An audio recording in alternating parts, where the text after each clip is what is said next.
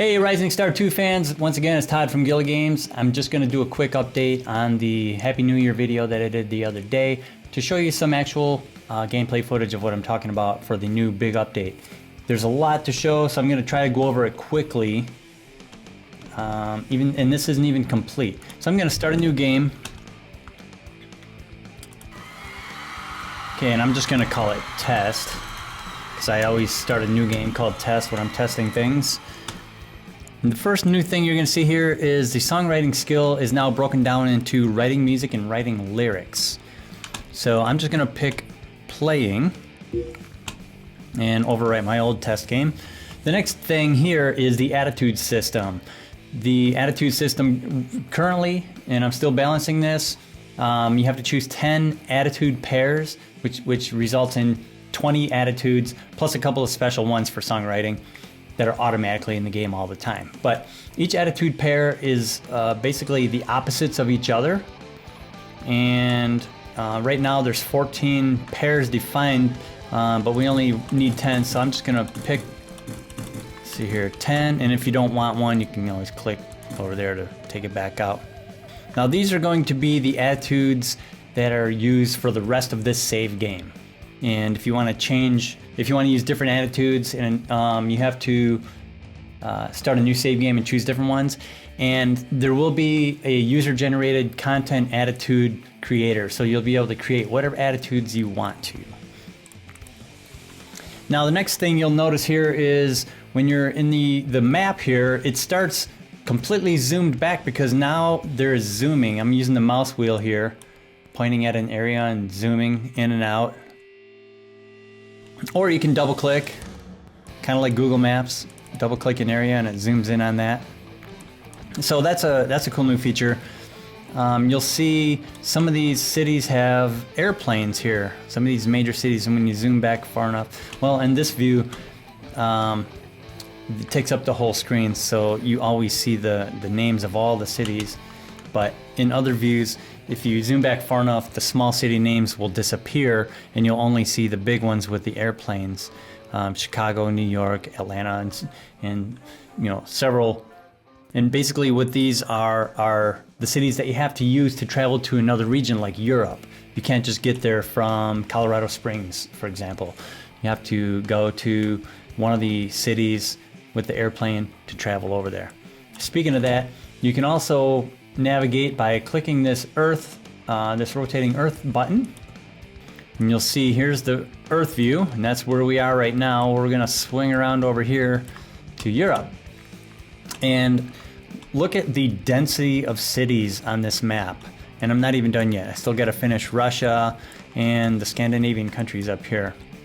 But look at this. This is kind of insane. There is a lot of population density in Europe compared to the United States.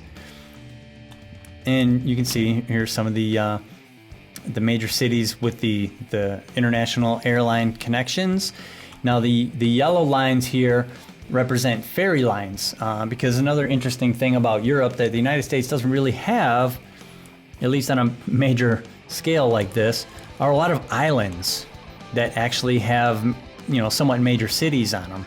So I had to create a ferry system so that you can't just jump to, you know, say Palma from Turin or something like that. You have to go through a city that's connected. And that's mostly going to be an issue when it's booking tours, so that it makes sense how it's traveling around. It's not just jumping, you know, over water back and forth and stuff. And also, you know, helps make sure that you're taking a long way around if you need to get somewhere instead of just jumping straight across. Like for example, like from Bari to Duris, or I'm probably pronouncing them both wrong. You know, straight as the crow flies, it's close, but really, without a ferry line, you have to drive all the way around. And there may be more ferries that I still need to add, so, you know, maybe there is a ferry there. That would make sense. So, I'm gonna pick a city here. I might as well just go with Paris and not turn on the tutorial. Now the next thing you'll notice here, once we get, well, actually, we gotta do the skill assignments first before we see driving around in the city.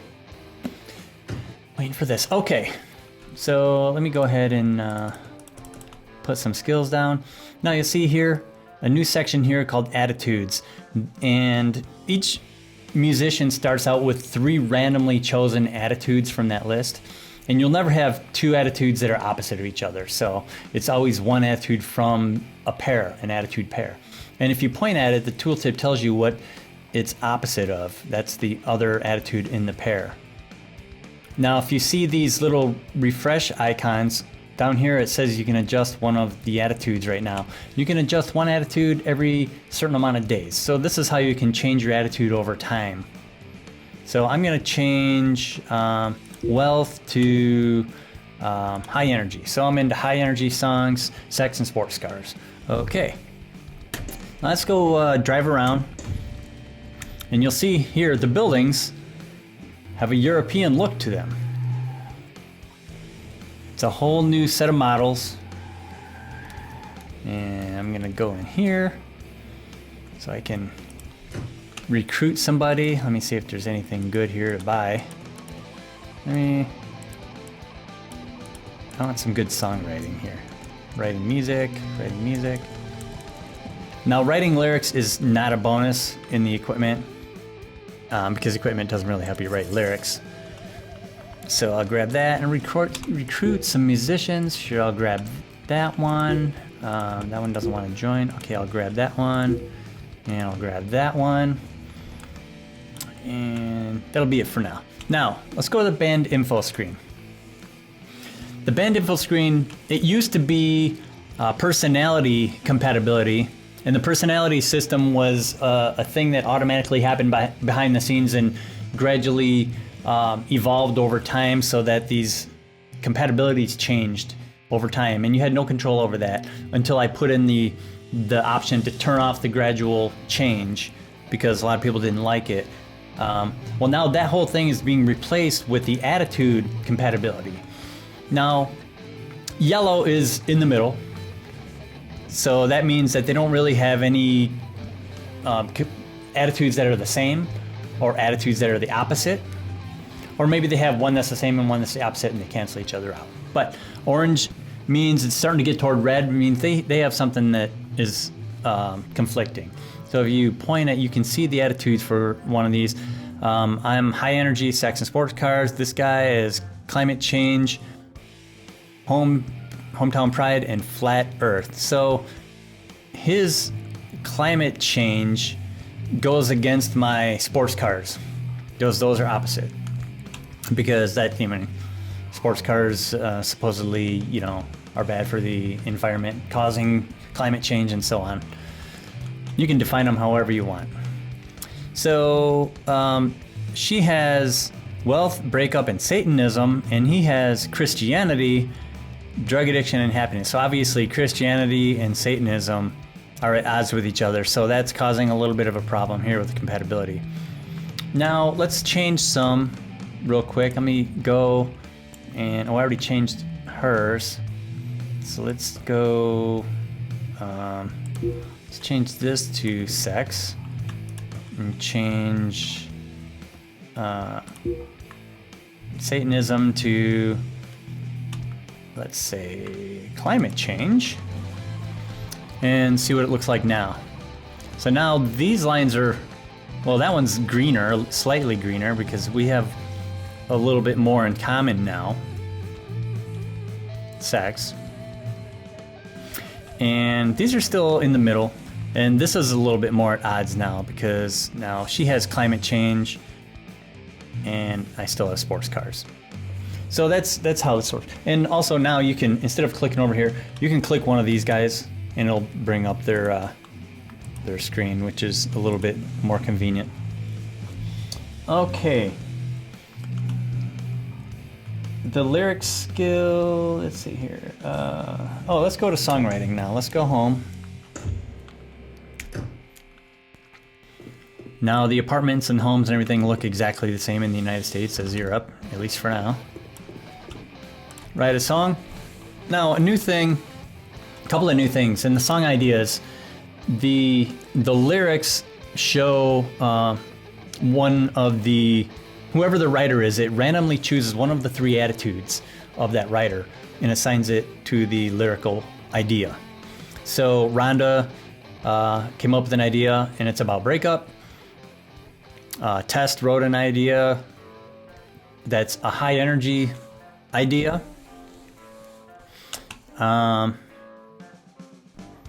Let's see. Now for the non-lyrical, there's a difficulty rating. That's a new thing. And this is based on the writer's playing skill. And that's going to affect how high the playing skill can get from practicing the song that you use, that you create from these parts. So if you have somebody who has a really high playing skill in the band and you're using as difficult parts, but you have other people in the band that have lower playing skill, it's going to limit how high the playing skill of that song can go, and it's going to make it more difficult to just peg everything out at 100. And so that'll make the playing skill much more valuable, because if you want to get it higher, you have to get those lower playing skill characters boosted up some if you have high difficulty songs. And you don't need to have high difficulty songs. You can have low difficulty songs and they can still be hits. But it's a whole different strategy, I guess. A whole different approach to things. So let's see if I can do a song here with, oh, look at that. I can do all 4 parts. It shows the difficulty, the quality, and I gotta give it a title. I also give it the energy. Now let's look at the song. Somebody's not feeling well. Let's look at the song. Here's the attitudes. It's a high energy song because I gave it high energy, and it's about a breakup. It's not a particularly easy or difficult song to play, so it doesn't have easy or difficult as an attitude. It's kind of in the middle range. So that's the basis of the new songwriting stuff, and now the attitudes of the songs will directly affect the success or failure of the songs based on what's popular, the attitudes that are popular in each region. So you can be really successful in the United States and Canada, but not in Europe, or vice versa, depending on what's popular in those areas. Or you might not be successful in either one, or successful in both.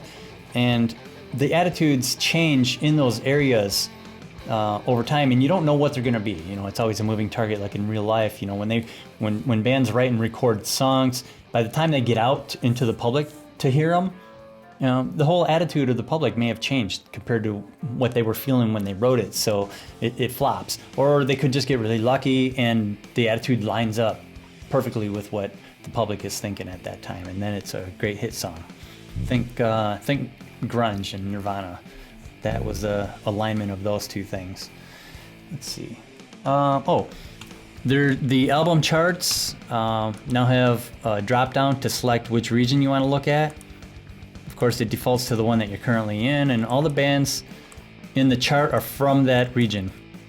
Now, because of how much data there is with the bands in all the cities and regions, the bands from each region only chart in their own regions, and they don't. You don't see them in other parts of the world, and you're going to be the only band that may chart in multiple regions if you get big enough.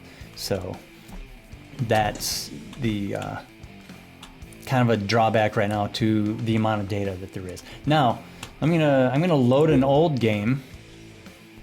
Actually, no, I'm gonna go save this game first, just in case I want to play it some more. Okay, let me load an old game.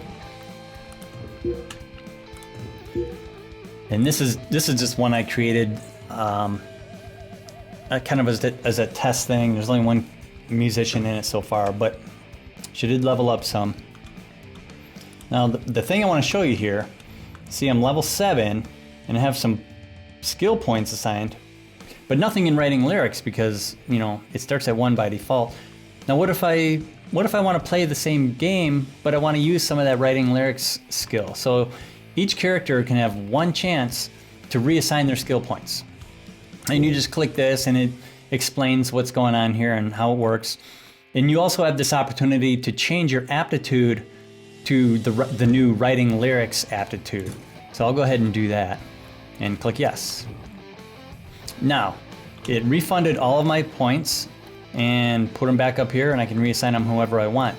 Now, I didn't happen to have a lot of repair points with this character, but if you have a lot of repair points from doing repairs and earning those points basically for free, instead of putting them in from leveling up, then you're still going to have those points.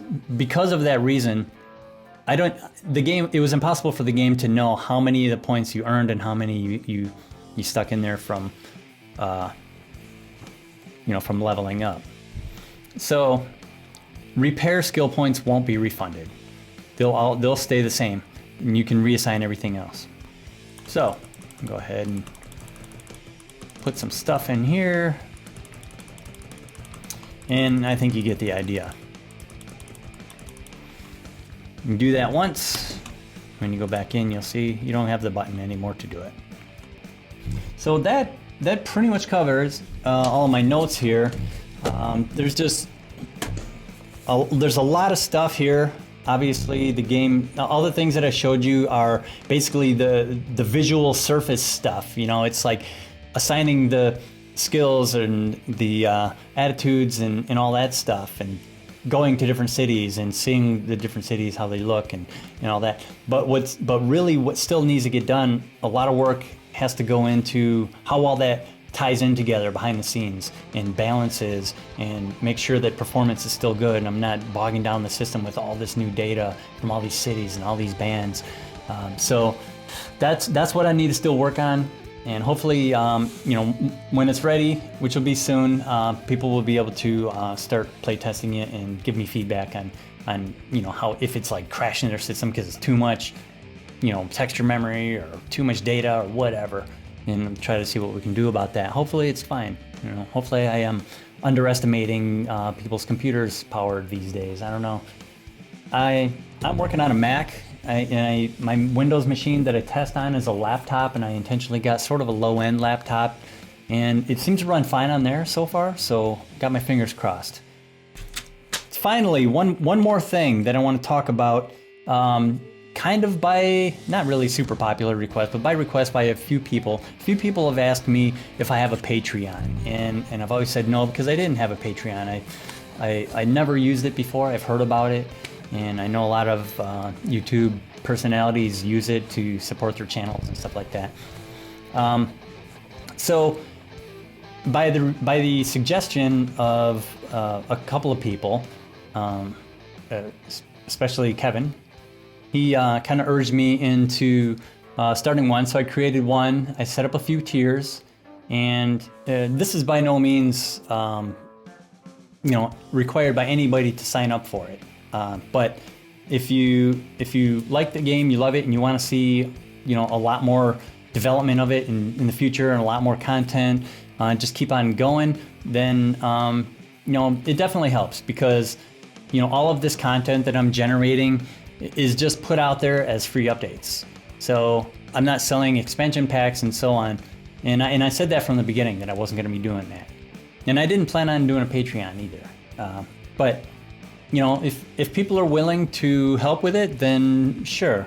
One of the things that I wanted to set up is merchandise, because people probably want to get some physical things to show off, their love of the game. So there's going to be a mug, a T-shirt, and a couple other things. If you sign up for the highest tier one, which is $30, every 3 months you get some physical merchandise. And I want to try to make it like band merchandise. I'm trying to think of better ideas.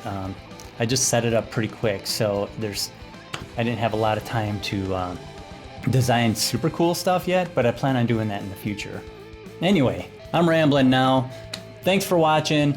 I'm gonna put the Patreon link in the description down below, so please check it out. And I'm also gonna post it in the updates on Facebook and everything else. So anyway, have a great day, and I'll talk to you guys soon.